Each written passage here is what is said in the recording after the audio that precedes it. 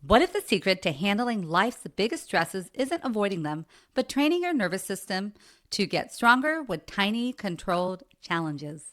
Why is it that some people stay calm in a crisis while others fall apart over a late email or traffic jam? Today, I'll show you how to train your brain so stress actually makes you more resilient instead of burning out. Here's the problem. When we stay in our comfort zone, our nervous system becomes like an overprotective parent. It starts treating every minor stressor, such as a tough conversation, running late, even a small little change in your routine, like a major threat.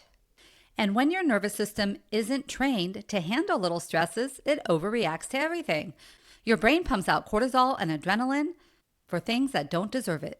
That creates chronic inflammation in your brain, and it locks you into that anxious, on edge state we've all felt before. It's like having your home alarm system go off just when you shut your cabinet door. It's detecting something, but the response is way out of proportion to the actual threat. So here's the solution.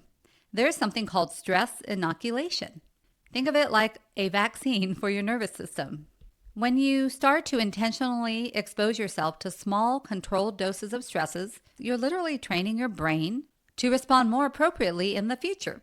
It's like lifting weights for your nervous system. Every time you do something slightly uncomfortable and you come out fine, your brain learns, hey, we can handle this. We don't need to panic. So when you're exposing yourself to minor stresses and your brain is able to handle them, then when the real challenges come up, you are more able to handle it, and you may not overreact, and you respond with calm strength. When you voluntarily take on a mild stress, you activate your prefrontal cortex. This is the CEO of your brain. That part of the brain helps regulate your amygdala, and your amygdala is the alarm system that often triggers fight or flight. If you are normally constantly in reactive phase, then your amygdala tends to take over. But if you start exposing yourself to minor controlled stresses and you get used to handling those, then you build this muscle and you tend to use your prefrontal cortex more.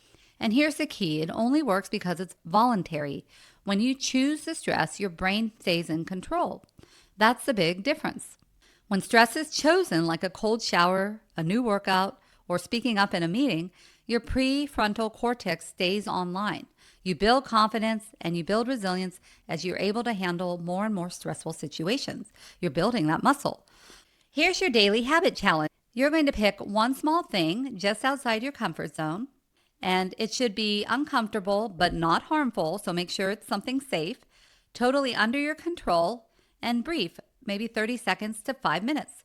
So some examples are ending your shower with 30 seconds of cold water, sparking up a conversation with a stranger at the grocery store, trying a food that you've been reluctant to try. Call someone instead of texting.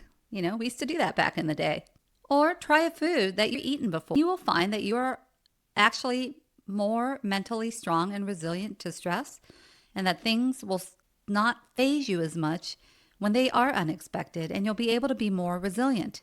Because all of these little acts of minor discomfort rewires your brain so that you are more resilient to stress. And when you stop overreacting to those minor stresses because you learn to be comfortable with being uncomfortable, your baseline stress hormones will start to go down, and then your sleep will get better. And when you sleep well, this improves your mood, improves your weight, improves your immunity, and it reduces brain inflammation.